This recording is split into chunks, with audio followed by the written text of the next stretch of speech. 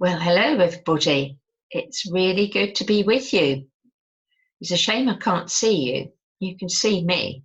You can see me because I'm in my study, and there I've lit the candle to remind us that Jesus is with us. Today I'm going to bring you an assembly that you can play back and listen to. But I want to share my screen with you because I have some slides to show you.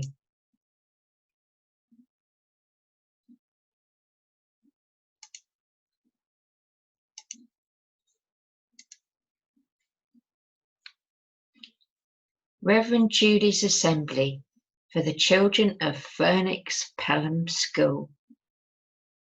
I made this on the 19th of May. Today I want to talk to you about Ascension.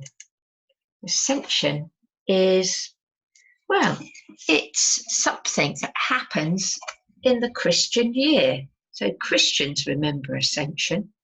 It's a long word, isn't it? It's a bit tricky, actually. If you ascend something, you go up it. So you could ascend your stairs in your home if you've got stairs. It's like climbing up somewhere, ascending. So Ascension, well, it's on Thursday this week.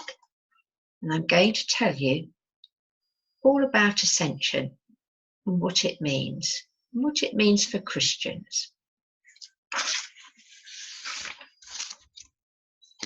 The Ascension tells us about how Jesus went back to heaven to be with Father God. So let's just remind you of the story so far.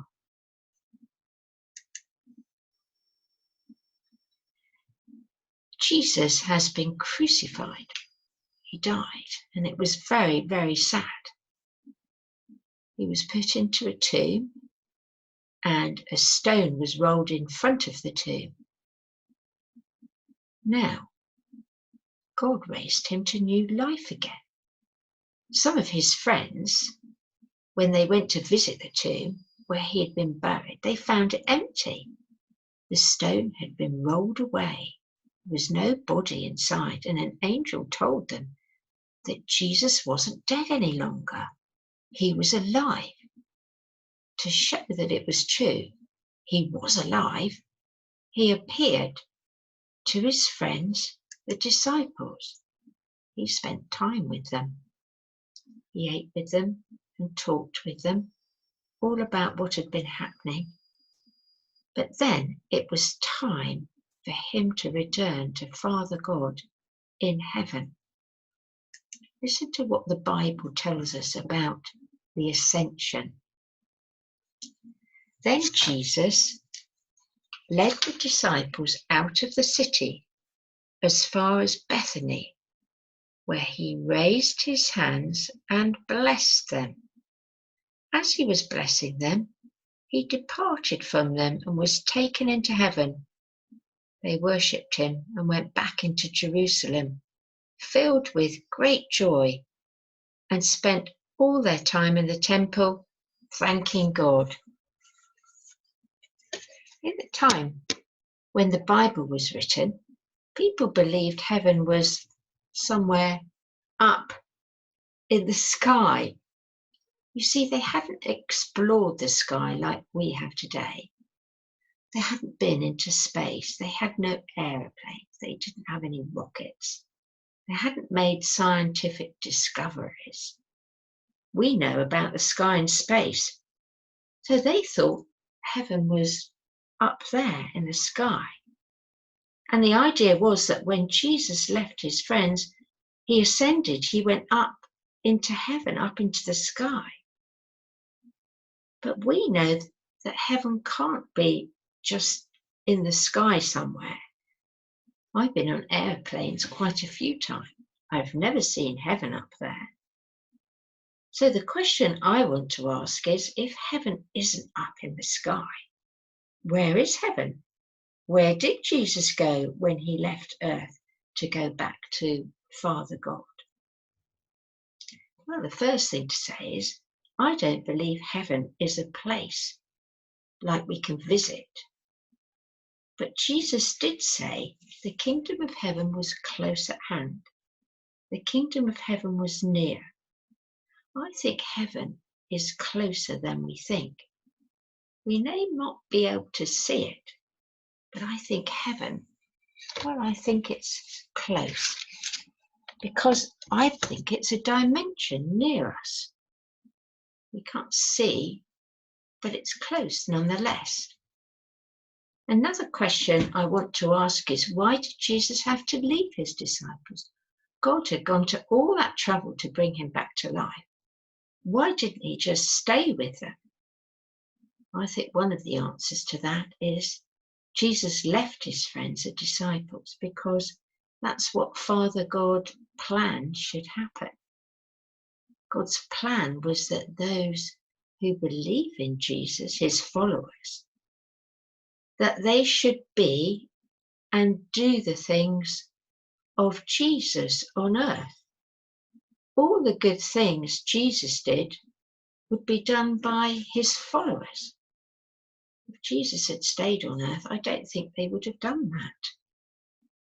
So that the followers were to represent Jesus on earth because God wanted to work with his people, with us. He wanted to partner us to make the world a better place, a place God and Jesus wanted it to be. There is a saint, and her name is Saint Teresa of Avila. She lived about 400 years ago. She said something that I think is really quite useful. Jesus Christ has no body now but yours, no hands, no feet on earth but yours.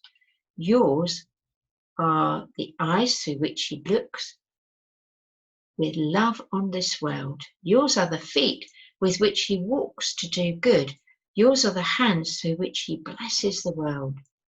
Yours are the hands, yours are the feet, yours are the eyes, you are his body. Jesus has no body now on earth but yours. Sounds like we have a job to do.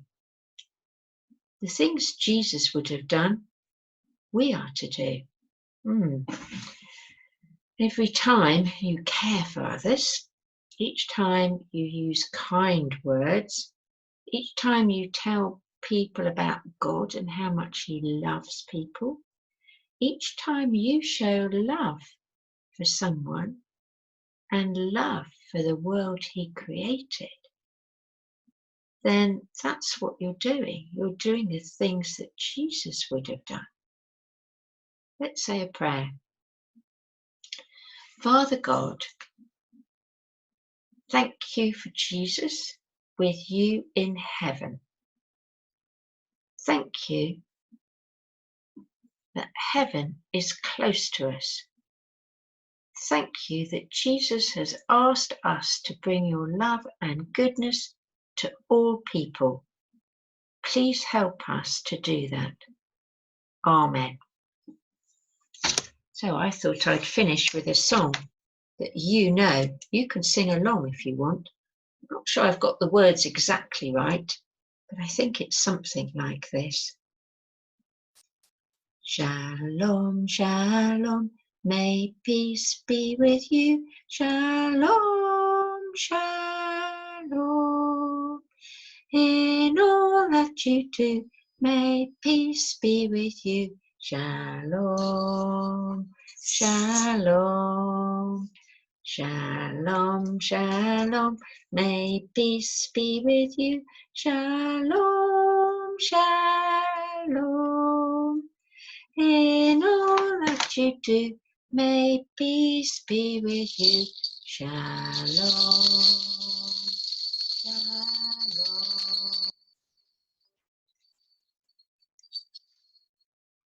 So until I see you next time, next week, perhaps you can have a think about Jesus going back to heaven to be with Father God.